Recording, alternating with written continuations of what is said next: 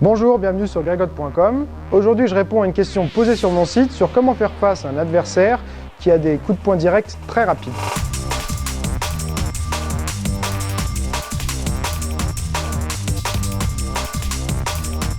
J'ai déjà traité sur d'autres vidéos le sujet de la distance, mais c'est quelque chose de récurrent.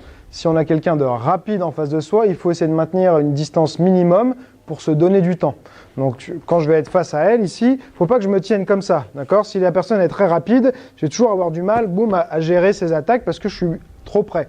Donc première chose que tu peux essayer, c'est reculer un petit peu, maintenir un peu plus de distance. Là on est sur de la boxe anglaise, hein. Donc je me tiens un petit peu plus loin. Ensuite, ça va me permettre de mieux voir la personne arriver. Et si elle est très rapide, il va falloir essayer plutôt de privilégier tout ce qui est contre simultané. Parce que si elle est très rapide, elle vient m'attaquer en jab et elle ressort tout de suite. Voilà, et qu'elle est plus rapide que moi, je vais toujours être en retard. Hop, hop, ok? Donc ça ne va pas marcher. Du coup, ce que je fais, c'est que moi, je me mets exprès un petit peu loin, j'attends, et quand elle vient attaquer en direct, je vais esquiver ici et contrer simultanément là. Donc là, je vais faire une esquive partielle à côté. Voilà, encore une fois. Et contrer en même temps. Là, boum. Donc je me tiens un petit peu loin, elle arrive sur moi, hop, je contre. Ça peut être contré sur plusieurs niveaux. Elle vient m'attaquer, je peux venir contrer au niveau du visage. Si je vois qu'elle a bien sa garde, je vais plutôt aller en bas au corps, donc sur les côtes, hein, par exemple. Boum.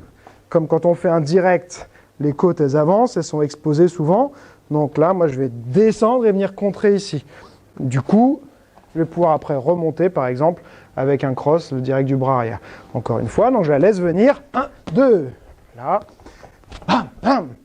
Je peux aussi contrer à un autre moment. Si elle vient m'attaquer en jab cross, je vais pouvoir catcher le premier et faire la même chose que sur le jab, mais sur le cross, donc en allant de l'autre côté. C'est-à-dire sur son jab, j'allais par ici.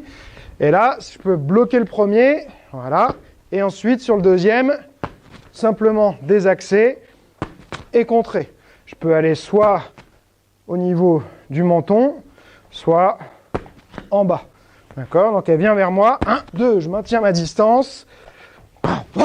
Et je contre. Je protège avec ma main arrière et ensuite je sors. Je peux faire la même chose en bloquant avec mon avant-bras aussi.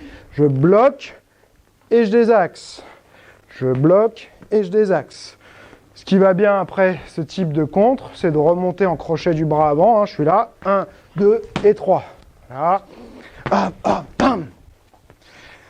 Hop, hop, bam. Il existe plein d'autres solutions. L'avantage de ces deux techniques, c'est que c'est assez simple à mettre en place. Ça ne demande pas un entraînement énorme et des répétitions interminables.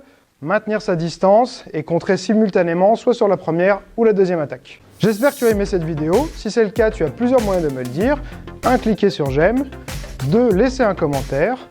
3. T'abonner à ma chaîne. Et 4. Partager sur les réseaux sociaux. Et comme je dis toujours, celui qui croit savoir n'apprend plus, alors garde l'esprit ouvert.